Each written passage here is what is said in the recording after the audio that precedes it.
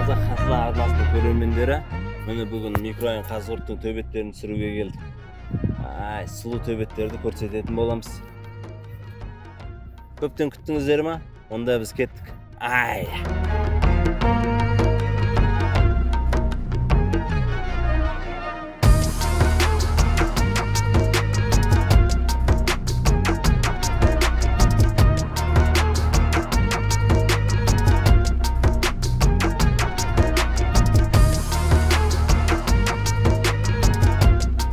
Бүгін микроайын Қазығұрттың міне төбеттерін түсіруге келдік. Мына легендарный Нұрболат міне. Нұрболат мынау не айтыңыз? Бұл 72-де Суперлигада ойнап жатқан Қайтпас. Бұл Қайтпас қаны дедом бұл. Бұның қаны жоқ. Өзіміздің родоначальник бұл. Бұл Қайтпас Суперлигаға кіргелі бері 2 чемпион тұтты. Бір Өзбекстан чемпионы Қарахан деген төбет тұтты секундта. Екіншісі Украинаның чемпионы Джокер тұтты. Өзің қазір Суперлигада жақсы көрсетіп отыр. Құдай қаласа чемпион болады деген үміттеміз. Үмітіміз осы итте енді. Құдай қаласа жақсы өнерлер көрсетіп отыр. Осы микроайын Қазығұрт, питомник Қазығұртта да неше ит бар, және де қанша адамсыздар? Соны сол жайлы айтып берсең, өздерінің питомниктерін таныстырып. Біз микроайын Қазығұрт питомникте 20-дан астам балдарымыз. 25-тей бармыз ғой. Осы микроайын Қазығұрттың балдары, иә? Балдары бір 25-тей. Барлық ит бағады. Әр қайсысында 3-4 иттен кем дегенде. Құдай қаласа біраз малдылар өнер көрсетіп отыр ғой, жақсы. Құдай қаласа микроайын Қазығұрттың атын шығаруға талпынып жатыр. Бұл төбетіміз Арлан. Южныйда Тараз аренасында, Батыр аренада Маудешкиде ойнап отыр. Қазір таңда полуфиналда бұл. Құдай қаласа соперник 2 төбет қой, полуфиналда ғой қазір бұл. Енді Құдай қаласа Алғыр деген төбетпен кездеседі. Бұл да енді чемпион болады деген үміттеміз, Құдай қаласа. Оның қаны линиялары? Ол Советскийдегі Арлан деген төбеттің немересі чемпион Юко болған. Астынан Қарагенен немере қызынан түскен. Салмағы 58 килограмда төбелесіп отыр. Анау тұрған сары төбет? Сары төбет Басар деген төбет қой бұл. Бұл Басар үстінен Вахабиттің немересі, асты российский Қапылан трехкратный чемпион. Соның қызынан түскен. Бұның салмағы 105 килограмм, қолқада 90.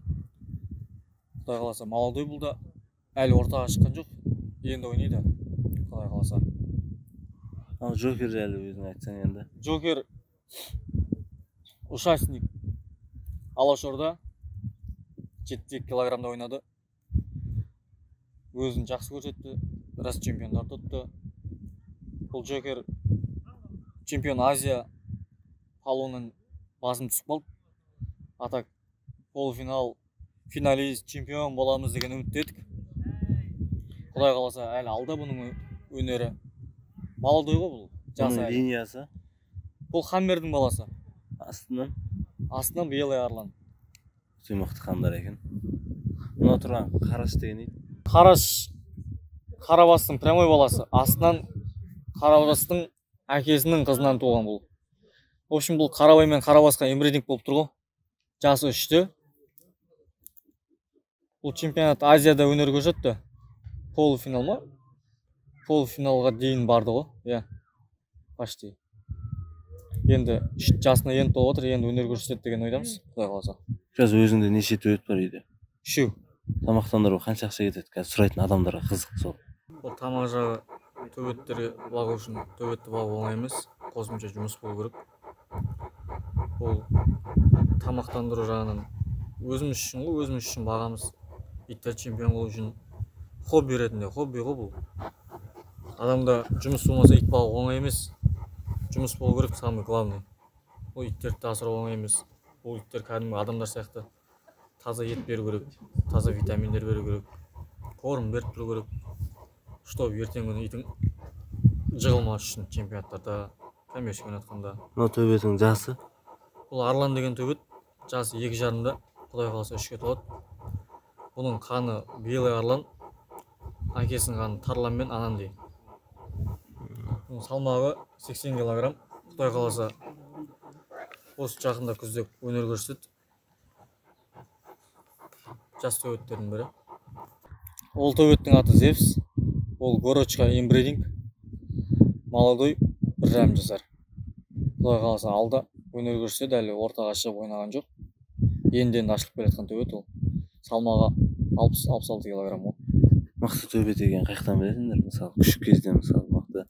Күшік кезден оны притравка істейсің, тексеріп тұрасың, 8 айлығынан 1 жасынан бастап бір рет ойнатып қоясың. Өз көрінеді өз мықты төбеттер, аяқ алысына қарай. Болашағы бар, болашағы жоқ. Өзінде рингке шығарып жүрген төбеттер бар ма? Иә, болды. Асар деген төбетпен, Қарагөз деген төбетім болды. Қазір таңда Құдайға шүкір, олар жақсы өнер көрсетті. Қазір таңда 5-тің немересі бар, 5-тің баласынан туған, Басардан туған Ақтабан деген топ-50-та. қазір көре аламыз ғой күшік. Иә, Құдай қаласа. И 80 килограммда Арлан деген төбетім бар. Олды белый арланның қанынан, ол да жақсы өнер көрсетіп отыр, Құдай қаласа. Қазір көресіздер ол төбетті. 1 жас 2 айлық молодой бұзық деген. Түркістанский бұзықтың прямой баласы. Ол да енді ойнап келатыр. Қазіргі таңда бәрі молодойлар. Қазір только молодой бізде. Бұл Ақтабан деген төбет, салмағы 50 килограмм. Чемпион 5 деген төбет бар. 5-тің немересі. Чемпион Қазақстан 72-дегі Басардың баласы. Астынан Қаракеннен немересі. Немере қызынан түскен бұл. Молодой, 2,5 жасар. Өзіңе тек сол қарабас ұнайды, және қандай төбеттер өзің ұнайды? Қарабас пен основном бізде қазір белый арлан ғой. Белый арланның қандары ғой. Жақсы қандар. Өзің ұнайтын қандар солар. Иә. Болашақта тағы қандай қандармен жұмыс жасасам деген ой бар. Болашақта қазіргі таңда Спартак деген железный Спартак бар. Сонымен Қарабасты араластырып қан шығарсам жақсы пайда түседі деген ойдамын. Сол. Біздің канал жайлы не айтасың енді? Біздің каналға Сіздердің каналдарыңызға үлкен рахмет. Дами беріңіздер, өсе беріңіздер. Осылай төбетті көбейтіп, үлкен арналарға шығарып, төбетімізді көбейтуге үлес қосып жүре беріңіздер. рахмет сұхбатыңа.